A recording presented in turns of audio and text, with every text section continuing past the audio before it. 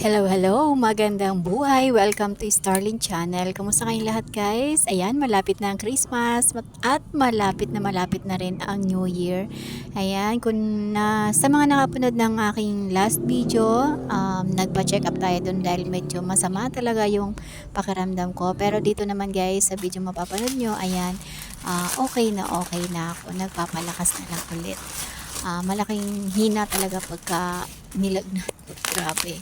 At syempre, i-share ko sa inyo yung aking mga ginawang unboxing, paninda at saka para sa aking pet, dun sa aking dalawang pusa. Ayan.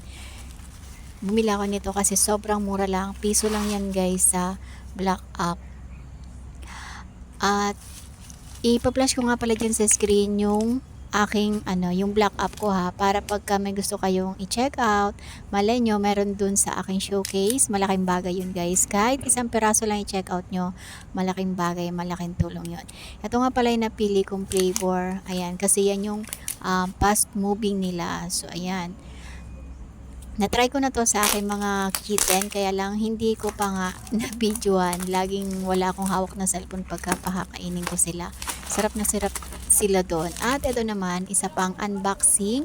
Ito naman para sa tindahan. Paninda to guys, kasi naubusan na tayo ng mga dishwashing liquid. Kaya ito, nag-check out ulit tayo para makapag-DIY ulit ng dishwashing liquid. Sobrang mura nga pala. Tama, sobrang mura lang naman ito. Kaya kayo, kung gusto niyo rin mag-start ng negosyo, ayan, pwede niyo simulan to. Kung gusto niyo mag-negosyo, lalo ngayon 2025, ayan, pwede kayong mag-start sa ganitong negosyo. Kahit wala kayong pwesto, sorry, i-display nyo lang sa labas ng bahay nyo. Siguradong mabibili yan. Maganda to guys, talagang subok ko na. Kaya hindi ako nagpapalit ng shop na binibilhan. Nasubukan ko nga palang flavor ay tatlo, di ba na-share ko na sa inyo, yung bubble gum, yung color blue, tapos yung yellow, yung lemon, at itong green, calamansi flavor. At syempre, dahil nga sa nagsubok tayo, yung color green or calamansi yung naging mas mabenta, kaya yan ulit yung in-order ko. At ito naman yung ang ikli lang pala na naisingit ko pa yung toothpaste. Ayan, isa pa yun sa mga na-unbox natin. At ito naman, syempre, gagawin ko na kaagad dyan para i-refill na lang. Kasi ito kagandahan dito, pagka natimpla na natin, madali na yang i-refill basta merong lagayan. Sa totoo lang, wala pa akong lagayan dito kasi ang re-repacking ko kasi ngayon, yung maliit lang, yung pang 20 pesos, 350 ml. 20 pesos ko yun dito sa tindahan. So, nagpapakuha pa ako kay Mr. do sa garahe kasi marami daw do sa garahe nila.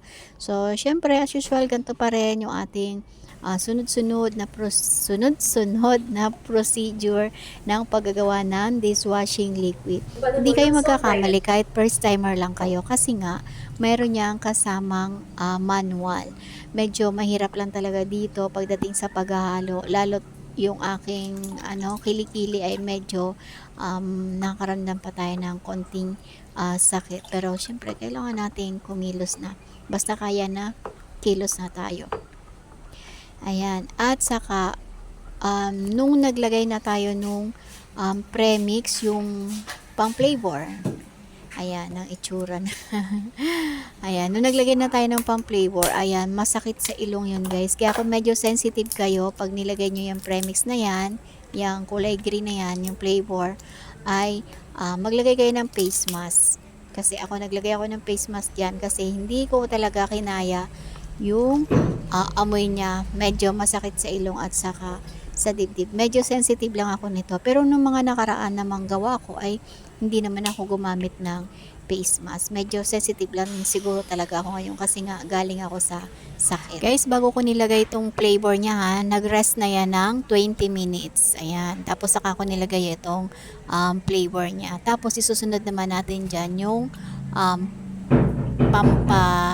pampalapot or yung thickener guys. Yun yung pinaka-last. Tapos, dahan-dahan ulit ang pagbubuhos. At syempre, sabayan na rin ng dahan-dahang paghahalo. Ayan, talagang tiyagaan lang sa paggagawa nito. Pero pag naman nagawa nyo na yan, medyo maganda naman talaga yung, medyo maganda yung kitaan dito. Ayan, tiyaga-tiyaga lang talaga sa pag-DIY. Medyo malaki yung kinikita ko dito kasi yung mga bottle ay hindi ako bumibili. Galing lang yun sa garahe.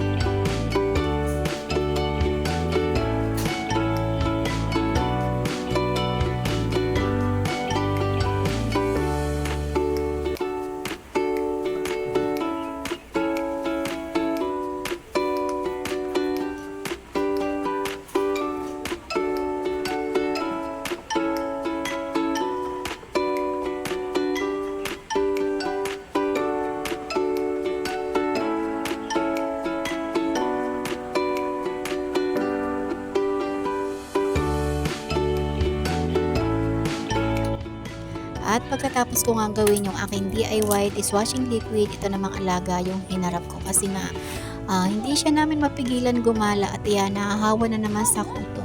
Gumaling na yan kasi ginamot na rin namin yan nito.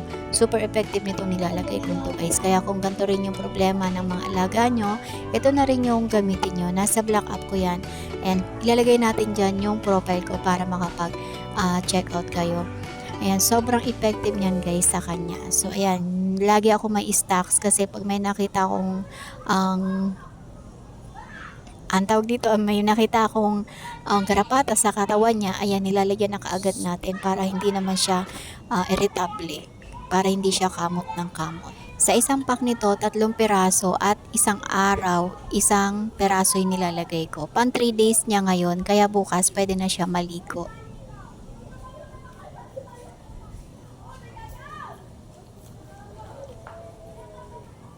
Mainit to. Anong tagon? Mainit. Mihe! Good boy! Bukas pwede na maligo. Balik tindahan na naman nga ako at ito marami na naman akong iaayos na paninda at alam nyo bang ito nag-aayos ako na aking mga pinamili. Inutos ko na nga lang pala yan dun sa aking mga anak, sila na yung nag-grocery tapos ako mag-aayos ng mga paninda at habang inaayos ko nga ito aking mga paninda, merong mga walang nabili kasi wala dun sa listahan kaya habang nagdi-display na naman ako ay nagsusulat na rin tayo ng mga bibilin ulit kasi syempre malapit na yung mga okasyon, kailangan makumpleto talaga natin yung mga hinahanap ng customer. So yan, syempre depende yan guys sa lugar natin, depende sa mga customer nyo kung ano yung mga needs nila at kung ano yung mga fast moving. So dito sa akin syempre ang laging mga fast moving, una-una yan yung mga sigarilyo, yung mga load, ayan yung load natin talagang kahit anong panahon hindi yan nawawala sa uso. Yung yung alak, yung sigarilyo, everyday yan, lagi tayo may benta. Yung mga kape natin, asukal, bigas, uling, ayan, umorder na nga pala ako ng uling dun sa pamangking ko. Repack na yung in-order ko kasi para hindi na rin ako mahirapan mag-repack at saka hassle din. At masakit sa dibdib pagka ako yung nagre-repack mismo ng uling kasi nga yung alikabok medyo nagkakaroon tayo ng allergy sa alikabok. Kaya mas pinili ko na lang na repack na yung bilhin kahit medyo konti lang yung tubo ko. Piso lang yung tubo ko kada isang balot kasi 9 pesos yung puhunan tapos pang 10 piso yung benta ko dito sa tindahan. Pero okay na yun, at least meron ako kahit piso. Hindi pa ako nahirapan mag-repack. yung ire-rep ako, igawa ko na lang ng ibang gawain dito sa tindahan saka sa bahay. So ayan, tuloy-tuloy lang sa pag-ayos ng mga paninda at naglilista na rin ng mga dapat bilhin na wala doon sa listahan kaya hindi nabili.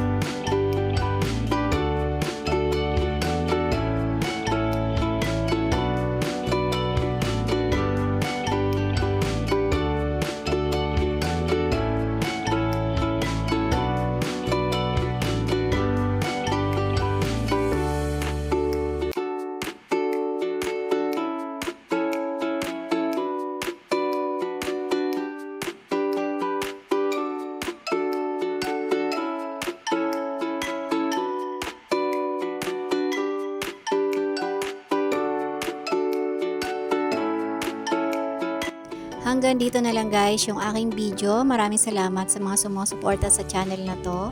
At huwag kayong magsawang sumuporta guys. Maraming salamat. Again, thank you for watching. God bless us all and always remember, commit your work to the Lord and He will crown your effort with success. Thank you. Keep safe everyone. Happy holiday. Ingat tayong lahat.